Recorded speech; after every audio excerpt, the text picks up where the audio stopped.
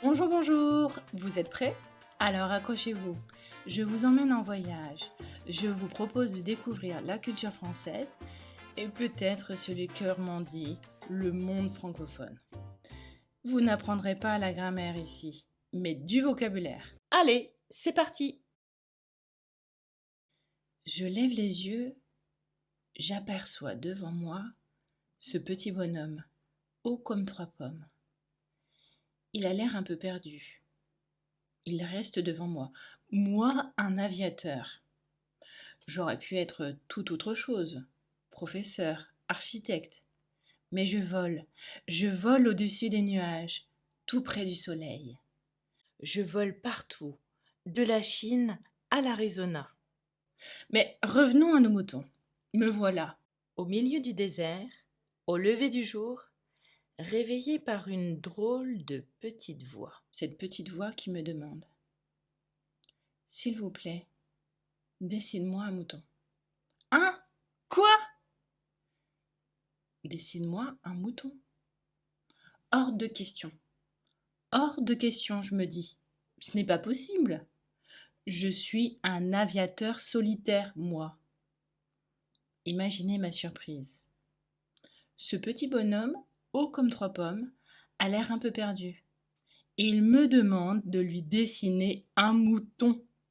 Quoi? Moi dessiner un mouton? Jamais. Je lève les yeux encore une fois. Ce petit bonhomme est toujours devant moi.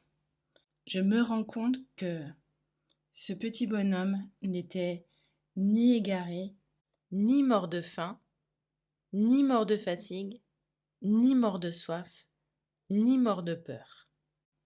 Je lui adresse la parole. Mais qu'est-ce que tu fais là? Il répète encore. S'il vous plaît, dessine-moi un mouton. Je cherche une excuse. Je ne sais pas dessiner. Il me dit, c'est pas grave. Dessine-moi un mouton. Je me plie à sa demande. Après maintes et maintes essais, je lui dessine juste une caisse avec des trous. Et devinez quoi? Son regard s'illumine. Il me dit, c'est tout à fait ce que je voulais. Et c'est ainsi que je fais la connaissance de mon ami, le Petit Prince. Ce n'est pas vraiment l'histoire du Petit Prince. C'est juste une interprétation, comme une autre, de la rencontre entre l'aviateur et le Petit Prince. Je crois que j'aime rêver les yeux ouverts, comme le Petit Prince. Passons au coin du voc. Avez-vous noté ces deux expressions? La première, être haut comme 3 pommes.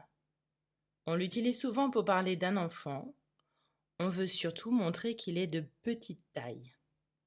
Par exemple, mon neveu est haut comme 3 pommes. Deuxième expression, revenir à nos moutons. On l'utilise tout simplement pour dire qu'on revient au sujet principal de notre discussion.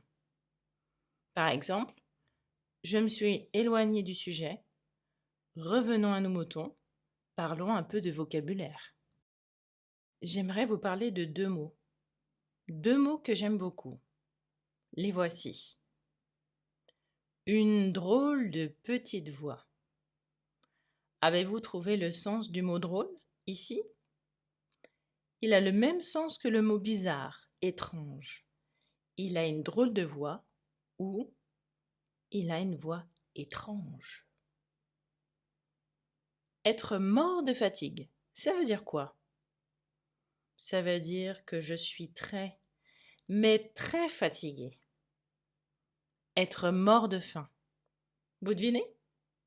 C'est avoir très faim. Être mort de peur? Je crois que vous avez trouvé. L'histoire du Petit Prince en a charmé plus d'un, que ce soit en France ou à l'étranger. Mais connaissez-vous l'une des plus vieilles dames de France?